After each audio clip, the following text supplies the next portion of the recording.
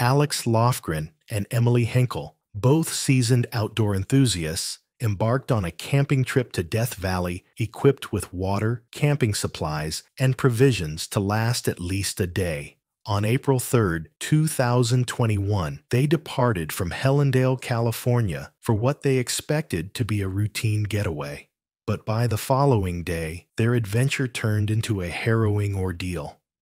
Alex had a reputation for venturing into isolated areas, and Emily had grown to enjoy joining him on these wilderness journeys. That morning, they set out with plans to explore some of Death Valley's well-known sites, followed by camping under the stars later that evening. As usual, they didn't have a set campground in mind, just a general area where they hoped to settle in for the night.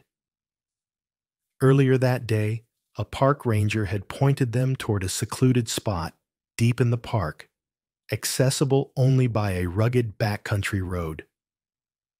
Always up for an adventure, Alex and Emily welcomed the suggestion.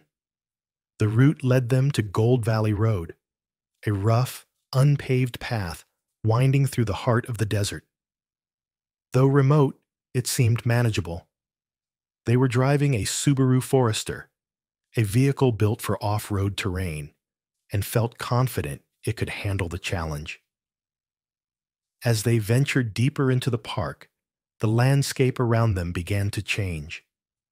Death Valley revealed its full intensity, an unforgiving stretch of land where time felt still and silence reigned. The valley is the lowest point in North America, carved by ancient forces into a vast expanse of salt flats, rocky canyons, and sun-scorched dunes. Towering mountains frame the basin, their colors shifting with the daylight. It's a place of stark beauty and brutal extremes, where temperatures soar to record-breaking highs and the terrain offers little refuge. To seasoned explorers like Alex and Emily, it was both a paradise and a challenge, a wild place where few dared to wander far from the main roads. But by 5:30 p.m., the sense of wonder gave way to a chilling reality. As they made their way down the desolate road, two sharp pops shattered the stillness. Emily's stomach dropped. They pulled over, stepped out, and found that both passenger side tires had been torn apart by a jagged rock embedded in the road. With just one spare tire and no cell reception, they found themselves stranded deep in the heart of Death Valley, about 22 miles from the nearest paved road. There was no shade, no visible water sources, and no easy way out. Instincts kicked in quickly. The couple, usually well prepared, immediately began thinking through their next move. That evening, they pored over maps and guidebooks to create a plan for the following day. They gathered a day pack, filled it with several liters of water, a few pouches of tuna for each of them, a survival kit, and any other essentials they might need. They spent the night in their vehicle, trying to rest up for the long trek ahead. At 4 a.m. the next morning, they awoke and made a critical decision. Rather than retracing the 22-mile drive they'd taken in, they chose a new route, heading toward Mormon Point through a mountain pass on a recognized trail, hoping to find assistance or reach an area with help nearby. Their chosen path led through a rugged canyon lined with sheer cliffs and dizzying drops. Before setting out, they left a message inside the Subaru. 2 flat tires, headed to Mormon Point, carrying 3 days' supply of water. They made every effort to signal distress, marking the car with visible indicators that they were stranded and arranging rocks on the ground into a large arrow pointing toward the direction of their planned route. Under the cover of early morning darkness, they began their journey. The moon lit the desert with surprising brightness, casting silvery shadows as they moved forward. Though they understood the gravity of their situation, possibly a matter of life or death, they managed to find moments of calm, even appreciating the stark beauty of Death Valley around them. Upon reaching the trail, Alex paused to collect stones and created another directional arrow, just in case someone might pass by and follow their path. Around 8 a.m., a flicker of hope appeared. A geocache hidden along the trail. Inside was a logbook and various trinkets, often left by fellow hikers. Finding it reassured them that others had walked this same trail, and it gave them a boost of optimism. They pressed onward, but the hike soon became more demanding as the trail narrowed into a slot canyon. Towering rock walls loomed over them, and the path turned increasingly treacherous, filled with jagged stones and sharp inclines. Flipping through the geocache logbook, they noticed a note about a 70-foot waterfall nearby. Roughly a mile later, they came upon it and were struck with dread. The waterfall plunged straight down a sheer cliff. There was no simple descent. The route clearly required climbing gear, ropes, harnesses, equipment they didn't have. They scouted the area for an alternate path down, but found none. With limited options, they made a fateful choice: continue forward, even if it meant scaling the cliff. Alex searched for any natural footholds, boulders or ledges that could act as steps. Emily watched anxiously as he began to descend, urging caution. "One step at a time," she called. "No risks. Take it slow. Please be careful." Alex moved steadily, but soon reached a point where the rock face offered no more easy holds. He called out, "I don't see a safe way down. I'm going to climb back up." Emily stayed focused, eyes scanning the surroundings, hoping to find something, anything, to help.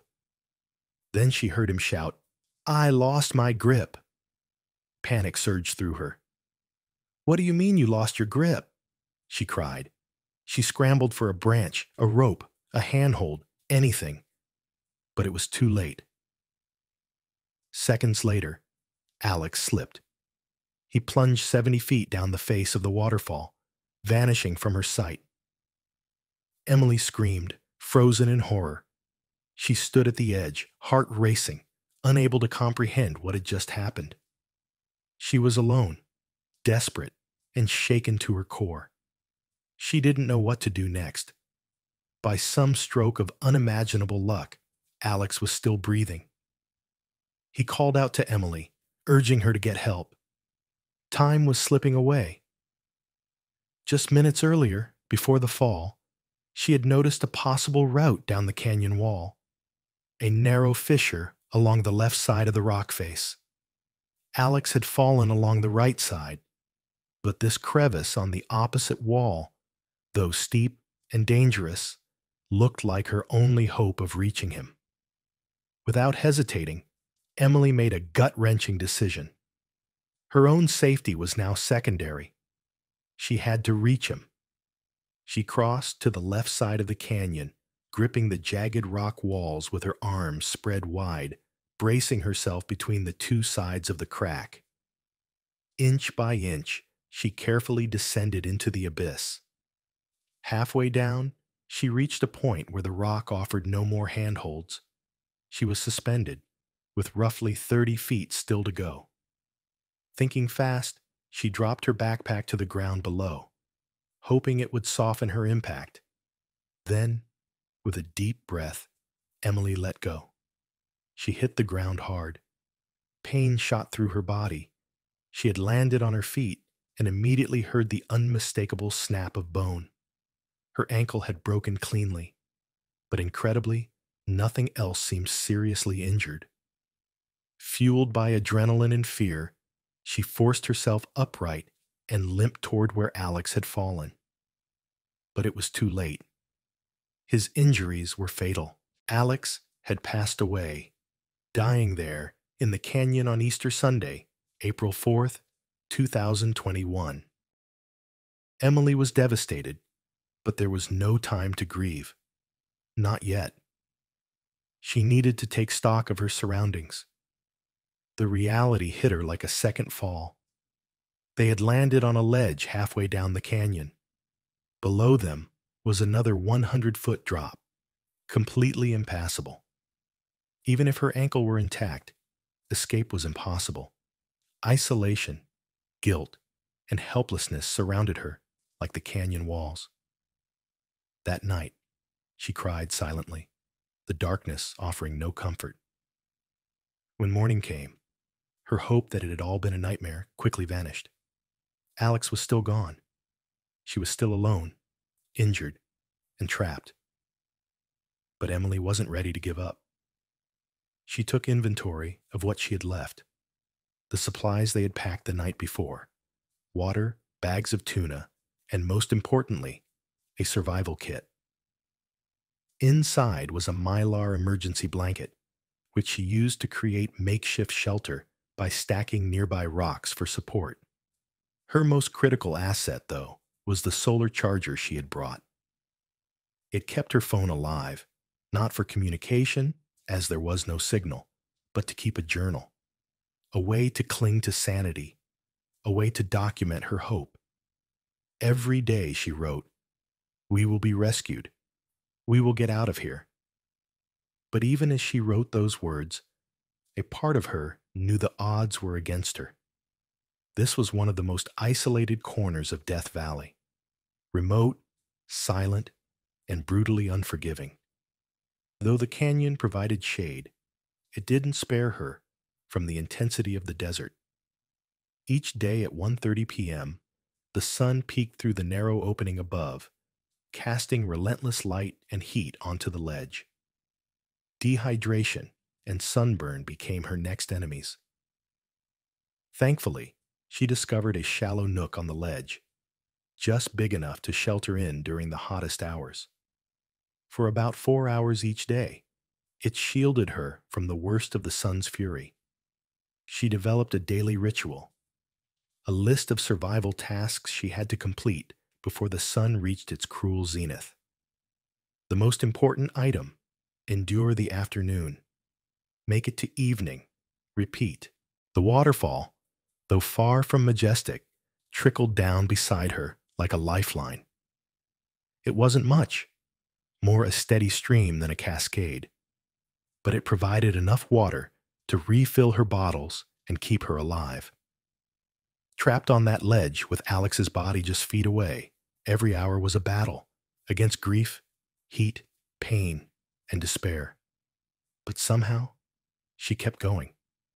Using her limited resources and unshakable will, Emily took control of the one lifeline she had: the small stream trickling down the canyon wall. With grit and creativity, she engineered a tiny dam to pool the water, creating a spot where she could soak her towel and clothes. It was a crucial step to regulate her body temperature in the blistering heat. The Mylar blanket, originally packed to preserve warmth at night, had now become a multi-purpose tool. It doubled as a sunshade, shielding her from the relentless desert rays. But it wasn't built for this kind of abuse. The thin metallic sheet tore easily, wind, rock edges, and time constantly wearing it down. Every day, she spent nearly an hour patching up the fragile blanket, using Band-Aids from the survival kit to keep it stitched together. Aside from food and water, it became her most cherished item, and with each passing day, its importance only grew. Meanwhile, far from the isolated canyon where Emily clung to survival, the world had begun to notice their absence. News of the missing couple spread across the country. Search and rescue teams swept through Death Valley, combing through every trail, attraction, and backcountry road. By Wednesday, April 7th, 2021, 4 days had passed since Alex and Emily had vanished. That day, crews thoroughly checked the Death Valley Highway and nearby landmarks. Then came a key discovery. Alex had signed into a backcountry log before their departure, listing the area they intended to explore. That breadcrumb led searchers to Gold Valley Road, where they eventually located the white Subaru, abandoned and covered in desert dust. Inside, the handwritten note revealed the couple's last known direction, toward Mormon Point. It was the breakthrough everyone had been hoping for. On the morning of April 8th, Emily heard something that didn't belong in the canyon, the distant hum of helicopter blades slicing through the air. Her heart pounded. This is it, she thought. She grabbed the mylar blanket and waved it with everything she had. The helicopter flew overhead, but didn't see her. Then the sound returned, louder this time, echoing off the canyon walls. She waved the blanket again, desperately. Please see me. This time, the helicopter slowed. It spotted the glint of the reflective mylar flashing below. They had found her. Alex and Emily had finally been located. But then, to her disbelief, the helicopter pulled away. Emily watched it vanish beyond the cliffs, stunned. But she knew. They saw me. Rescue was in motion. An hour passed, then another, and then another. The day crept forward. The sun began to rise over the canyon rim, her old tormentor returning once again. With no choice, she went back to her now routine ritual. Soak the towel, wet the clothes, crawl into the shaded nook, and wait. Then, just as the last light began to fade around 7:30 p.m., a new sound buzzed through the canyon, higher pitched and closer than before. A drone hovered above, beaming a spotlight onto her. It had been sent to confirm her condition, to establish contact. Emily felt a swell of frustration rise within her. She'd been found, yes, but she wasn't rescued yet. Another night, another test of endurance. Still, she wasn't alone anymore. Help was finally within reach. As dawn broke the following day, Emily clung to a fragile hope. She listened closely, and then it came.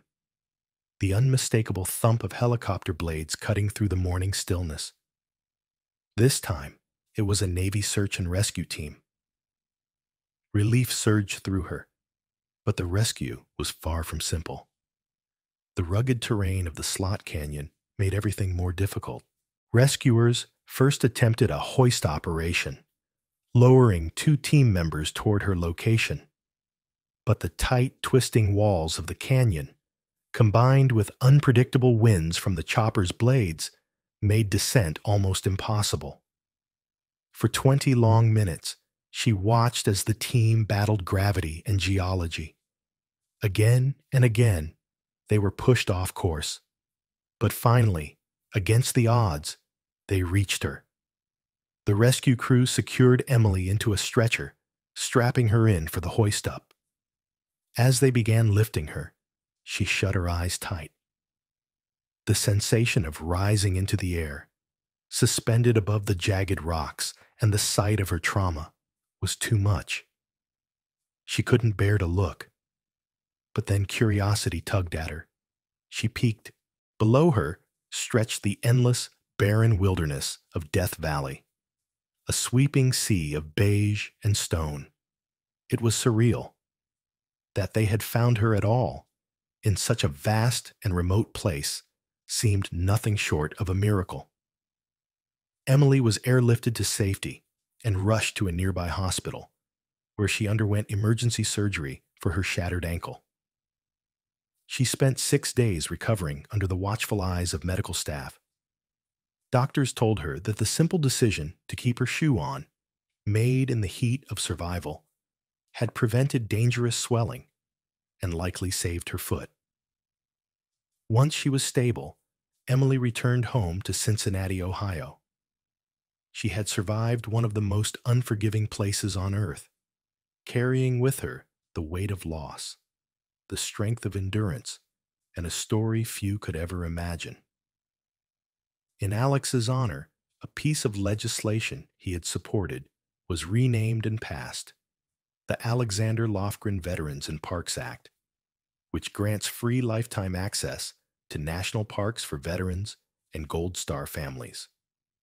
It was signed into law in December 2021. It stands as a lasting tribute to a man who believed in the healing power of the land and a woman who proved just how strong a human spirit can be. Emily Henkel's story is one of unimaginable strength, heartbreak, and survival. In the face of overwhelming loss, she chose to keep going, and in doing so, she honors the memory of Alex Lofgren every single day. If this story moved you, please give this video a like and subscribe to the channel for more powerful true stories of resilience, hope, and the human spirit.